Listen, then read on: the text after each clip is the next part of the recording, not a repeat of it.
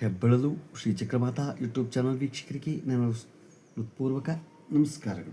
ಸುಭಾಷಿತ: ಮಾತಾಡಿದಂತೆ ಜೀವಿಸಲು ಆಗೋದಿಲ್ಲ, ಬರೆದಿಟ್ಟಂತೆ ಬದುಕಲೂ ಆಗೋದಿಲ್ಲ. ನಮ್ಮಿಂದ ಬೇರೆಯವರಿಗೆ ತೊಂದರೆಯಾಗದಂತೆ ಬದುಕಿದರೆ ಸಾಕು, ಅದೇ ಸಂತೃಪ್ತ ಜೀವನ ಅಲ್ವಾ. ನಮ್ಮಿಂದ ಯಾರಿಗೂ ತೊಂದರೆ ಆಗಬಾರ್ದು, ಯಾವುದೇ ರೀತಿ ನಮ್ಮಿಂದ ತೊಂದರೆ ಆಗಬಾರ್ದು. ಆ ಥರ ಬದುಕೋದನ್ನು ನಾವು ಕಲಿಬೇಕು.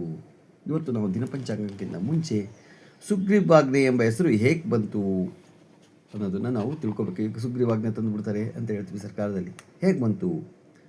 ಸುಗ್ರೀವ ರಾಮಾಯಣದಲ್ಲಿ ಬರುವ ಪಾತ್ರ ಎಂದು ತಮಗೆ ತಿಳಿದೇ ಇದೆ.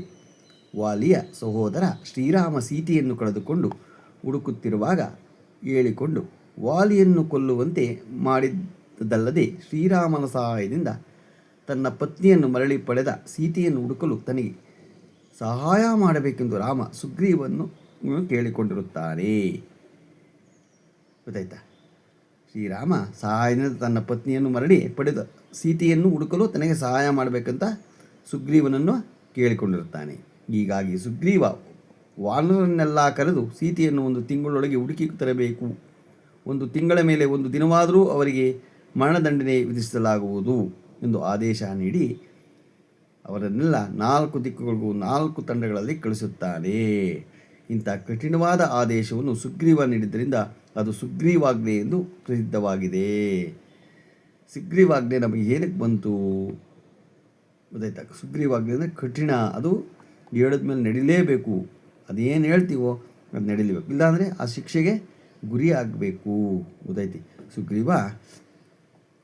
ಸುಗ್ರೀವ ಹೇಳ್ತಾನೆ, ರಾಮ ಸೀತೆಯನ್ನು ಹುಡುಕಲೇಬೇಕು, ಆದರೆ 1 ತಿಂಗಳ ಕಾಲ ನಾನು ನಿಮಗೆ ಟೈಮ್ ಕೊಡ್ತೀನಿ. ಆ ತಿಂಗಳಲ್ಲಿ 1 ದಿನವಾದರೂ ಜಾಸ್ತಿ ಆದರೆ ನೀವು ನಾನು ಏನು ಶಿಕ್ಷೆ ಕೊಡ್ತೀರೋ ಮರಣದಂಡನೆ ಅದನ್ನೇ ಸ್ವೀಕರಿಸ್ಬೇಕು ನೀವು ಅಂತ ಕೇಳ್ಕೊಳ್ತಾನೆ. ಗೊತ್ತಾಯ್ತು? ಸುಗ್ರೀವಾಜ್ಞೆ ಈ ಥರ ಬಂತು ಅಂತ ಹಿಂದೆ ಹೇಳ್ತಾರೆ. ಅದರಿಂದ ನಾವು ನಮ್ಮ ಒಂದು ಸಂಸ್ಕೃತಿಯನ್ನು, ನಮ್ಮ ಹಿಂದೂ ಧರ್ಮವನ್ನು, ಸನಾತನ ಧರ್ಮವನ್ನು ನಾವು ಹೊರತ್ಕೊಂಡು ತಿಳ್ಕೊಂಡು ಹೋದಾಗ ಎಲ್ಲ ಗೊತ್ತಾಗತ್ತೆ ನಮಗೆ. ಇಲ್ಲದೆ ಹೋದರೆ ನಮಗೆ ಏನೂ ಅರ್ಥ ಆಗಲ್ಲ. ನಾವು ಅದಕ್ಕೆ ಹೇಳಿದ್ದು, ಹಿಂದೋರು ಹೇಳಿರೋದು ನಮ್ಮ ಸನಾತನ ಧರ್ಮನ, ನಮ್ಮ ಹಿಂದೂ ಧರ್ಮನ ಉಳಿಸ್ಕೊಂಡೋಗಿ ತಿಳ್ಕೊಂಡೋಗಿ ಹೇಗೇಗಾಯಿತು, ಹೇಗೆ ಬಂತು ಅನ್ನೋದನ್ನು ನೀವು ಕಲಿಬೋದು ಅನ್ನೋದನ್ನು ಈಗ ನಾವು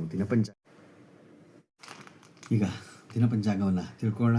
ದಿನಾಂಕ 20/5/2025 26ನೇ ಬುಧವಾರ, ಶ್ರೀ ಪರಾಭವನಾಮ ಸಂವತ್ಸರ, ಉತ್ತರಾಯಣ, ಅಧಿಕ ಜ್ಯೇಷ್ಠ ಮಾಸ, ಗ್ರೀಷ್ಮ ಋತು, ಶುಕ್ಲಪಕ್ಷ, ತಿಥಿ ಚೌತಿ, ಹಗಲು 4:11, ನಕ್ಷತ್ರ ಆರಿದ್ರೆ ಹಗಲು 1:10, ಮಳೆ ಕೃತಿಕೆ 3ನೇ ಪಾದ, ರಾಹುಕಾಲ 12:20ರಿಂದ 1:55, ಗುಳಿಕ ಕಾಲ 10:44ರಿಂದ 12:20, ಯಮಗಂಟ ಕಾಲ 7:32ರಿಂದ 9:08.